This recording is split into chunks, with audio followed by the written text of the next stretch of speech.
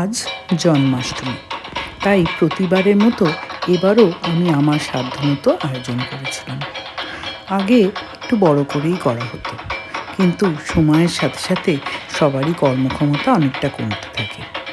তাও এবার ঠিক হয়েছিল আমার জার শাশুড়ি বাড়িতে হবে, কিন্তু ওনার শরীর খারাপ হয়ে যাওয়ায় আমি ওনাকে বললাম, তুমি তোমার বাড়িতে তোমার মতো করে নাও, আমার বাড়িতে আমি আমার ঠাকুরদের সাজিয়ে যেটুকুনি পারবো করব।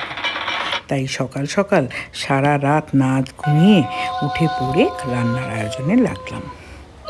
5 রকম ভাজা, পোলাও, পনিরের তরকারি, আলুর দম, চাটনি, পায়েস এগুলো আমি রান্না করেছি।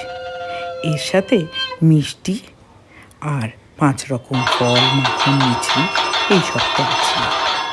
এইসব করতে করতেই প্রায় বেলা 1টা বেজে গেছে। তারপর স্নান করে ঠাকুরের আসনটাকে একটু ফুল টুল দিয়ে সাজিয়ে আমি আমার মতো করে পুজো করেছি। এই নিয়ে কেউ আমাকে কোনো কথা বলবেন না প্লিজ, কারণ আমার ঠাকুরকে আমি আমার মতো করেই রাখি। আজকে যদি আমার বাড়ির ছেলের জন্মদিন হতো, আমি যেভাবে দিনটা পালন করতাম, আমি চেষ্টা করি ঠাকুরের জন্মদিনও ঠিক সেইভাবেই পালন করতে। আমি যেহেতু লোকনাথ বাবার ভক্ত, আজকে ওনারও জন্মদিন, তাই আমি ওনার জন্মদিনটাও পালন করি।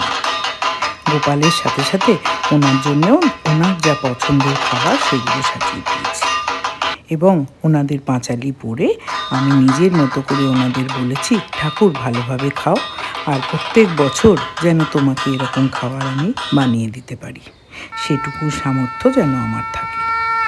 আপনারা কী কী ঠাকুরের কাছে চেয়েছেন অবশ্যই বলবেন। এরপর পুজো শেষে নিজের মতো করে ঠাকুরকে আরতি করলাম। অনেকে দেখেছি এইসব করে বেশ শাড়ি টাড়ি পরে সেজে পুজোর কাজ করে। আমার আজকাল আর সেরকম মনের বল বা শারীরিক অবস্থা নেই, ভালো লাগে না ওইভাবে কাজ করতে। এত ঘাম হয়, শাড়ি ভিজে গায়ে জ্যাবজ্যাবে হয়ে যায়। তাই জন্যে নতুন একটা জামা পরে ঠাকুরের আসন সাজিয়ে, আর এই ব্যাপারে আমি যার নাম না করলেই নয়, সে হচ্ছে আমার বর। সকাল থেকে বেরিয়ে 2-3 বার গিয়ে যা যা আমি বলেছি এনে দিয়েছে।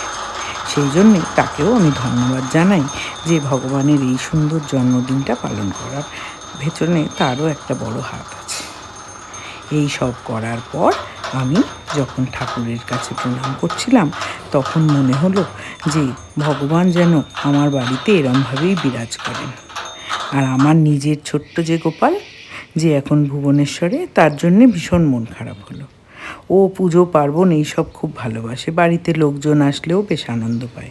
তাই ওর এই পছন্দের খাবারগুলো, হয়তো নিরামিষও যে খুব পছন্দ করে তা না, কিন্তু তাও একটু মুখরোচক খাবার দাবার সেগুলো না হলে ওর জন্যে আমার মন খারাপ লাগে। ও তো আজকে খেতে পারলো না, যদিও ওদের কলেজে জন্মাষ্টমী উপলক্ষে নিরামিষ পোলাও, আলুর দম এইসবের আয়োজন করা হয়, আমি শুনেছিলাম। সকাল থেকে ওর সাথে কথা বলার সময় পর্যন্ত পাইনি। পুজো শেষ হয়ে গেলে তারপর ওর সাথে বসে একটু কথা বলব।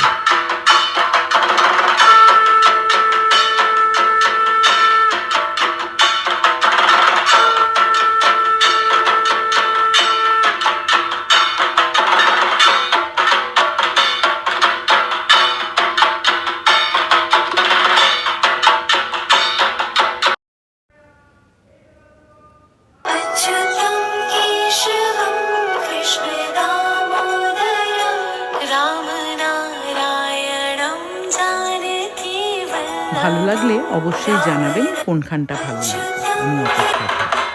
আর আমার চ্যানেলটা সাবস্ক্রাইব করতে ভুলবেন না, তাহলে আরও এরকম ভালো ভালো ভিডিও